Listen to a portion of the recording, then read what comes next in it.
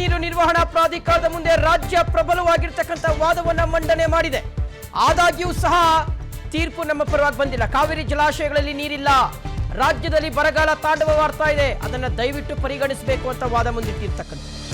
ರಾಜ್ಯದಲ್ಲಿ ತೀವ್ರ ಮುಂಗಾರು ಮಳೆ ಕೊರತೆ ಇದೆ, ಇರುವ ನೀರು ಕುಡಿಯುವ ಅಗತ್ಯಕ್ಕಷ್ಟೇ ಬಳಕೆ ಆಗ್ತಾ ಇದೆ, ಕೃಷಿಗೆ ಒಂದು ಹನಿ ನೀರನ್ನ ಕೊಡ್ತಾ ಇಲ್ಲ ಅಂತ ನಾವು ವಾದ ಮಾಡಿದ್ರು ಸಹ ತಮಿಳುನಾಡಿಗೆ ನೀರು ಬಿಡುವಂತ ಒಂದು ಕೆಲಸ ನಾವೇನ್ ಮಾಡಬೇಕು ಅದು ಬಿಡುವಂತ ಪರಿಸ್ಥಿತಿಯಲ್ಲಿ ಸದ್ಯ ನಾವಿಲ್ಲ ಅಂತ ನಾವು ಪ್ರಬಲವಾಗಿ ವಾದ ಮಂಡನೆ ಮಾಡಿದ್ರು ಕೂಡ ನಮ್ಮ ಪರವಾಗಿರ್ತಕ್ಕಂತಹ ಆದೇಶ ಬಂದಿಲ್ಲ ಮತ್ತು ನಮ್ಮ ಒಂದು ನೋವನ್ನ ಆಲಿಸುವಂತ ಒಂದು ಕಾರ್ಯವನ್ನ CWMA ಮಾಡಿಲ್ಲ. ರಾಜ್ಯದಲ್ಲಿ ತೀವ್ರ ಮುಂಗಾರು ಮಳೆ ಕೊರತೆ ಇದೆ, ಇರುವ ನೀರು ಕುಡಿಯೋದಕ್ಕೆ ಮಾತ್ರ ನಾವು ಬಳಕೆ ಮಾಡ್ಕೊಳ್ತಾ ಇದ್ದೀವಿ ಅಂತ ಎಷ್ಟೇ ಪರಿಪರಿಯಾಗಿ ಮನವಿ ಮಾಡಿಕೊಂಡ್ರು ಸಹ CWRC ಆಗಿರ್ಬೋದು, CWMA ಆಗಿರಬಹುದು, ಮಾನವೀಯತೆಯನ್ನ ಮರೆತಿರುವ ರೀತಿಯಾಗಿರ್ತಕ್ಕಂಥ ಒಂದು ಆದೇಶವನ್ನ ಇವತ್ತು ಬರೆದಿದ್ದಾರೆ.